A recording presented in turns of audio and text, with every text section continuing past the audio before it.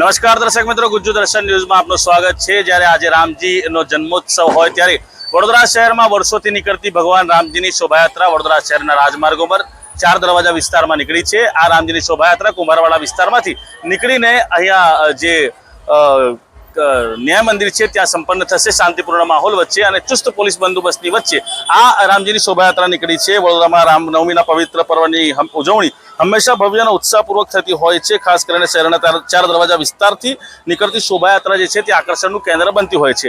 વડોદરા શહેરના police commissioner, additional police commissioner સહિતનો જે અલગ અલગ જે પોલીસ વિભાગની જે શાખાઓ હોય, પીસીબી, ડીસીબી અને અલગ અલગ પોલીસ સ્ટેશનના જે પોલીસ ઇન્સ્પેક્ટરો હોય ને સાથે સાથે પોલીસ સ્ટાફને અહીંયા સાથે રાખવામાં આવ્યો છે। તેનું કારણ કે કોઈ અનિચ્છનીય બનાવ ન બને। હાલ આ જે શોભાયાત્રા છે તે શોભાયાત્રા વડોદરા શહેરના કુંભારવાડા વિસ્તારમાંથી નીકળીને ચાંપાનેર દરવાજા થઈને આ ન્યાય મંદિર ખાતે સંપન્ન થશે। અને સાથે સાથે રાજ્યના જે મંત્રી છે, રાજ્યકક્ષાના મંત્રી મનીષાબેન વકીલ પણ ખાસ ઉપસ્થિત રહ્યા હતા અને તેઓની ઉપસ્થિતિમાં તેઓ એ દર્શન કર્યા બાદ આ જે રામજીની ભવ્ય શોભાયાત્રા છે તે શાંતિપૂર્ણ માહોલ વચ્ચે વડોદરા શહેરના સિટી વિસ્તારમાંથી નીકળી છે। આવો સાંભળીએ કે વડોદરા શહેરના એડિશનલ પોલીસ કમિશનર તથા શહેરવાળી વિધાનસભાના જે ધારાસભ્ય છે અને રાજ્યકક્ષાના મંત્રી છે મનીષાબેન વકીલ, તેઓએ પ્રતિક્રિયા આપતા શું જણાવ્યું। કેમેરામેન અશફાક મલિક સાથે હું આદિલ પટેલ, ગુજ્જુ દર્શન, વડોદરા। આજે માતાજીની આઠમ સાથે સાથે નોમ પણ, અને નોમ હોવાથી આજે શ્રી રામની જન્મ જયંતિ પણ ઉજવાઈ રહી છે। સાથે વડોદરામાં અલગ અલગ જગ્યાથી જ્યારે રામ યાત્રા નીકળી રહી છે, શ્રી રામજીની યાત્રા આજે કુંભારવાડા ખાતે પણ નીકળી રહી છે। દર વર્ષની જેમ ખૂબ હર્ષોલ્લાસથી મોટા પ્રમાણમાં લોકો જોડાતા હોય છે અને આજે આ યાત્રામાં જોડાતા હોય છે। નાનાથી લઈને મોટા લોકો સુધી, બહેનો હોય કે મોટી ઉંમરની બહેનો હોય તે પણ જોડાતી હોય છે।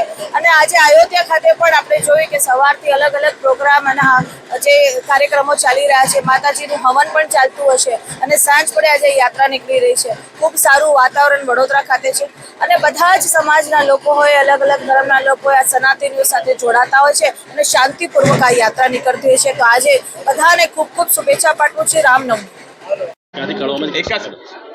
શ્રી ગણેશ બાળ યોગ મંડળ ફતેપુરા કુંભારવાડા દ્વારા આશરે 10 વર્ષથી પણ વધારે વર્ષથી શ્રી રામ જન્મ ઉત્સવ નિમિત્તે શોભાયાત્રાનું આયોજન કરીએ છીએ।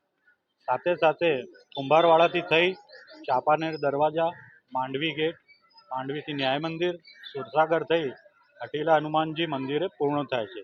આ શોભાયાત્રાનો અમારો ઉદ્દેશ એ હિન્દુ યુવા એકત્રિત થાય, સંગઠિત થાય અને ધર્મ પ્રત્યે એમની જાગૃતતા વધે, એ અમારો ઉદ્દેશ છે। કુંભારવાડા થઈ ફતેપુરા કુંભારવાડાથી ચાંપાનેર દરવાજા, માંડવી ગેટ, ન્યાય મંદિર, સુરસાગર થઈ અને હટીલા હનુમાનજી મંદિરે પૂર્ણ થાય।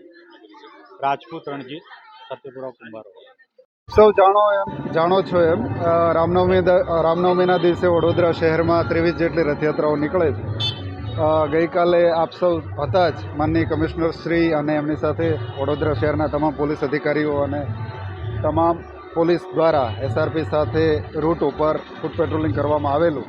સાથે સાથે પૂર્વ તૈયારીના ભાગરૂપે છેલ્લા 4-5 દિવસથી ફૂટ પેટ્રોલિંગ કરવામાં આવી રહેલ છે, ટેકનોલોજીનો ઉપયોગ કરેલ છે। એ જ રીતે આજે પણ દરેક રથયાત્રા સાથે પૂરતો બંદોબસ્ત રાખવામાં આવેલ છે। ખૂબ સૌહાર્દભર્યું વાતાવરણ છે।